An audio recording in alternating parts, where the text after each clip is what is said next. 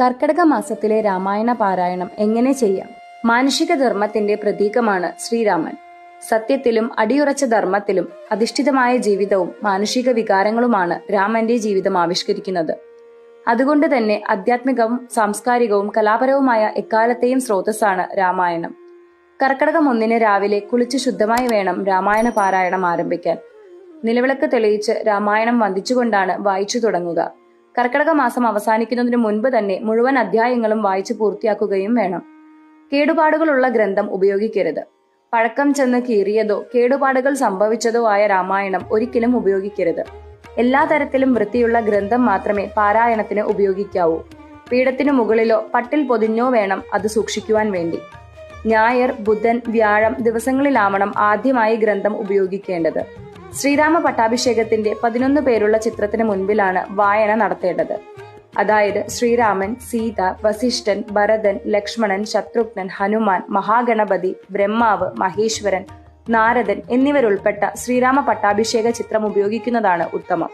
വടക്കോട്ട് അഭിമുഖമായി ഇരിക്കണം. വടക്കോട്ട് മുഖം തിരിഞ്ഞിരുന്നാണ് രാമായണ പാരായണം ചെയ്യേണ്ടത്. മറ്റു ദിക്കുകൾ അനുയോജ്യമല്ല. തികഞ്ഞ അക്ഷരശുദ്ധിയോടെ വേണം പാരായണം ചെയ്യാൻ. തെറ്റുകൾ കടന്നുകൂടുന്നത് ഒഴിവാക്കാൻ പരമാവധി ശ്രമിക്കണം. കഴിവതും ഒറ്റയ്ക്കിരുന്നു കൊണ്ട് മറ്റു കാര്യങ്ങളിൽ ഇടപെടാതെ വേണം വായിക്കുവാൻ.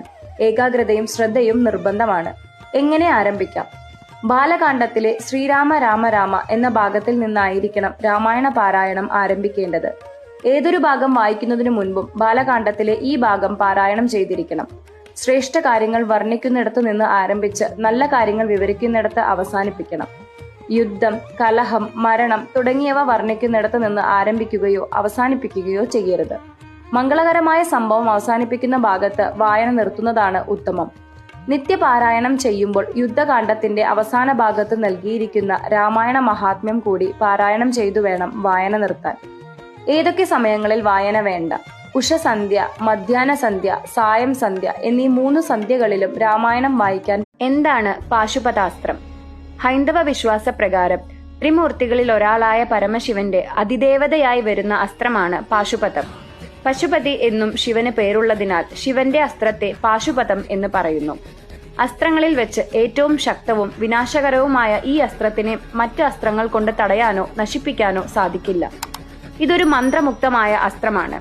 മഹാഭാരതത്തിൽ അർജുനൻ മാത്രമാണ് ഈ അസ്ത്രമുള്ളത്. പക്ഷേ അർജുനൻ ഇത് ആരുടെയും നേരെ ഉപയോഗിച്ചിട്ടില്ല. കാരണം അർജുനൻ ഒരു ഉത്തമനായ യോദ്ധാവാണ്.